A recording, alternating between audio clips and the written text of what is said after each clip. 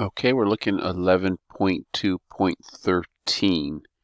And so where you want to construct a 95% confidence interval to compare if there's a difference between, if there's a difference in the measurements, right, versus the two different types of equipment used to create indenters, right? They make little indents into these metals.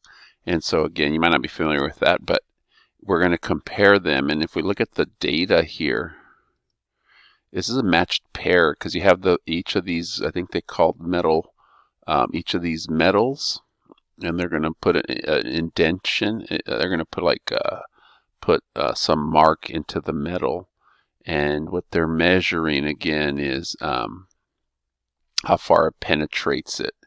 And so these are the different measurements. So notice this is a matched pair design because we're matching them up here. You have each of these specimens, 9 different metals, and then you can see the difference between the two different types of machinery. And so this is a matched pair. And so you're going to open that up in StatCrunch. And there's your matched pair. We have the specimen. These are the data we need. So you're going to stat t-stats paired. That's what we're looking at.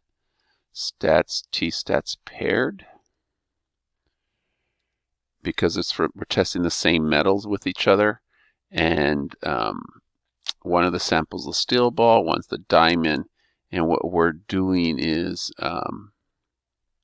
we're going to do a confidence interval where we're comparing the difference between each of those matched pairs, and then compute. That's what you got, and then you have these numbers here, and so the difference between the mean difference between each of those is -2 to -0.6. Notice this does not include 0. So what we're going to conclude is that there is a difference, because if it included 0, we would then say it's possible that the difference between them could be 0, which means then they are the same. And so since it does not have 0, we can conclude that there is a difference between the two machineries. And that would be your upper bound and lower bound.